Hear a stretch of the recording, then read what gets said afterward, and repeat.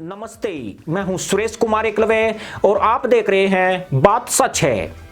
टोपी पर चांद का निशान छपवाकर सूरज को तशरीफ दिखाने वाला पाकिस्तान गंभीर आर्थिक संकट में फंस गया है। हालत यह है कि मदीने की रियासत बनते बनते इमरान का मुल्क पदीने का उजड़ा खेत बनने वाला है। मिली रिपोर्ट के मुताबिक पहले ही कोले खाती पाकिस्तानी अर्थव्यवस्था की रईसई कमर कोरोना वायरस ने तोड़कर रख दी है। इस बीच उसके सबसे बड़े दाता सऊदी अरब और यूएई अपने कई बिलियन डॉलर के कर्ज को वापस मांग रहे हैं। वही पाकिस्तान का सदाबहार दोस्त चीन भी अब पाकिस्तान को कर्ज देने में आनाकानी कर रहा है। इस कारण थक हार कर इमरान खान ने अपने कर्जदाता देशों से कोरोना वायरस महामारी के खत्म होने तक कर्ज की किस्त चुकाने से छूट का अनुरोध किया है। अपनी सरकार के 2 साल पूरा होने की सेरेमनी पर कल इमरान ने घबराना नहीं के साथ दुनिया से यह रहम की भीख मांगी है।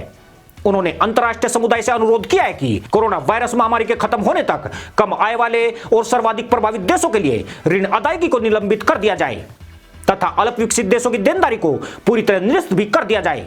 यानी यह टोपी छाप भिखारी अपनी जाहिलता दिखाकर उस कर्ज को माफ करवाने की चाल चल रहा है जिससे इसने भारत के खिलाफ अपने मुसलमान आतंकियों को पोसा है।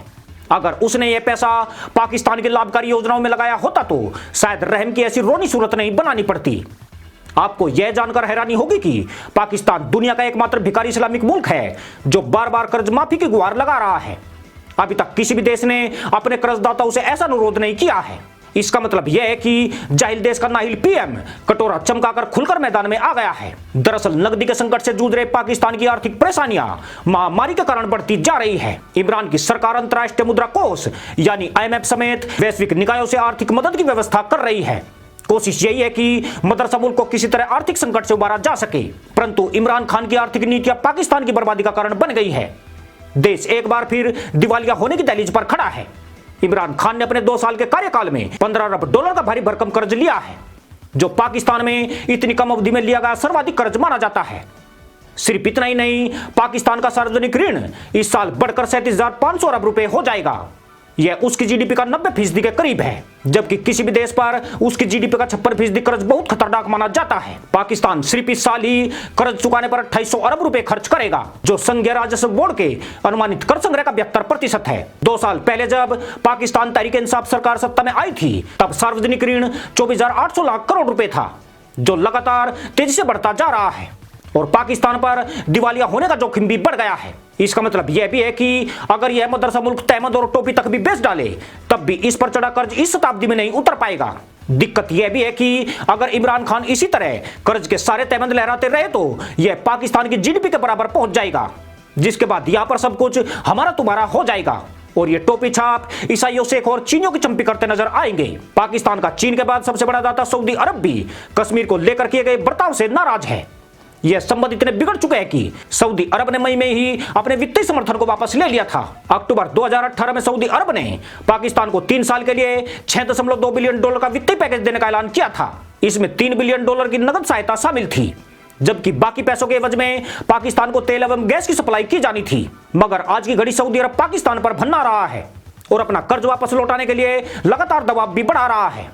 स्थिति यह है कि पाकिस्तान को अंतर्राष्ट्रीय वित्तीय संस्थाओं से भी कर्ज मिलने के रास्ते बंद होने लगे हैं। पिछले दिनों उसने एशियन डेवलपमेंट बैंक से $80 करोड़ के कर्ज की गुहार लगाई थी, मगर भारत ने उसके बीच में कूदकर उसके सारे मंसूबे ध्वस्त कर दिए। G20 संगठन के 14 सदस्यों ने इस मामले में उसके खिलाफ एक्शन ले लिया, जिसके बाद पाकिस्तान को $20 करोड़ के लोन पर ही संतोष करना पड़ा। आकाश बेल की तरह पाकिस्तान पर बढ़ते कर्ज से उसका प्रत्येक नागरिक 1,47,000 रुपए का कर्जदार बन गया है। यानी एक तरह से पाकिस्तान पूरी तरह खोखला हो चुका है। हालात दिन प्रतिदिन गंभीर हो रहे हैं। ऊपर से देश में चल रही राजनीतिक लड़ाई उसकी बर्बादी की घंटी बजा रही है।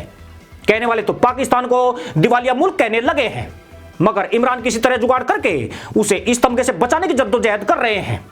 पर यह स्थिति अब ज्यादा दिन शायद नहीं बनी रहेगी। FATF की ग्रीन लिस्ट में बने रहने से उसे मिलने वाले कर्ज पर शर्तें कड़ी हो गई है। ऊपर से कोरोना महामारी की वजह से कोई देश कर्ज दे भी नहीं रहा है, जबकि इमरान खान पर घरेलू बिजली कंपनियों और चीन की बिजली कंपनियों का एक मुश्त $7 अरब का डंडा आया हुआ है। सऊदी अरब को इसी महीने के आखिर तक $1 अरब का कर्ज लौटाना है, जबकि चीन के सूद का $2 करोड़ भी अर्जेंट देना है। हैरत की बात यह है कि उसके विदेशी मुद्रा भंडार में $12 अरब ही शेष बचे हैं, जिनके दम पर वह इमरजेंसी आयात की गाड़ी चलाना चाहता है। यही वजह है कि इमरान खान पाकिस्तान को दिवालिया होने से बचाने के लिए टोपी फैला रहे हैं, संयुक्त राष्ट्र महासभा में 10 सूत्रीय एजेंडा प्रस्तुत कर रहे हैं। परंतु दुनिया इन जाहिल टोपीबाजों के गिरगिटिया स्वभाव से वाकिफ है, इसलिए इमरान को इसमें कामयाबी नहीं मिल पाई। उल्टे पाकिस्तान को अंतर्राष्ट्रीय बेइज्जती झेलनी पड़ रही है। अगले कुछ हफ्ते पाकिस्तान के लिए उथल पुथल भरे होने वाले हैं। उसे इस वक्त कम से कम 2 अरब डॉलर की दरकार है, जिसमें 1 अरब डॉलर सऊदी को लौटाना है, जबकि बाकी रकम बिजली कंपनियों को देकर देश को ब्लैकआउट के संकट से बचाना है। परंतु पाकिस्तान को दूर दूर तक कर्ज मिलने की उम्मीद नहीं दिख रही है। विदेशों में रहने वाले पाकिस्तानी भिखारी भी वापस पाकिस्तान लौट आए हैं, जिससे विदेशी मुद्रा भंडार की आवक को गहरा धक्का लगा है। पिछले महीने 50 लाख डॉलर का रेमिटेंस भी पाकिस्तान को हासिल नहीं हुआ, जबकि अक्टूबर में इमरान खान 2 अरब डॉलर रेमिटेंस का दावा कर रहे थे। यानी पाकिस्तान की बर्बादी की खुशखबरी अब ज्यादा दूर नहीं है। यूं भी अपनी उत्पत्ति के वक्त से ये आबाद रहा भी नहीं है। अब जैसे जैसे कोरोना वायरस के मामले पाकिस्तान में बढ़ रहे हैं, उससे भी इमरान सरकार के हाथ पैर फूले जाते हैं। हाथ पैर फूलने की वजह यह नहीं है कि टोपीबाज बड़ी तादाद में हुरों की खोज में भाग सकते हैं, बल्कि विपक्षी दल वैक्सीन का टीका खरीदने के लिए इमरान पर दबाव बढ़ा रहे हैं। हालांकि इमरान ने वैक्सीन आयात हेतु 800 अरब रुपए का फंड होने की बात कही है, पर लगता नहीं है कि इससे पाकिस्तान वैक्सीन खरीद पाएगा। अभी 2 दिन पहले ही उसने तुर्की के साथ मिलकर चीनी वैक्सीन खरीदने का मन बनाया है, पर उसके दाम इतने ऊंचे हैं जिसे वहन कर पाना इस भिखारी मुल्क के बूते की बात नहीं है। चीनी वैक्सीन की 2 खुराक $150 के करीब है। अगर पाकिस्तान 1 करोड़ लोगों का वैक्सीनेशन भी कराता है तो 800 करोड़ रुपए का फंड गधे के मुंह में तंबाकू के समान है। ऐसे में उस पर चीन का और भी भारी भरकम कर्ज लदने की संभावना है। यानी कर्ज के पहिए पर धक्का पेल वाला पाकिस्तान कभी भी पटरी से उतर सकता है। इस हालत में पाकिस्तान में एक भी नेता ऐसा नहीं है जो आज कंगाल पाकिस्तान का प्रधानमंत्री बनने की चाह रखता है। इमरान खान ने मदरसा मुल्क के सामने चुनौतियों के अंबार लगा दिए हैं। इन चुनौतियों से पार पाना न इमरान के वश में है और न चुनौतियां कभी खत्म होने वाली है। इसी के साथ अनुमति दोस्तों, जय जवान जय किसान जय हिंद वंदे मातरम।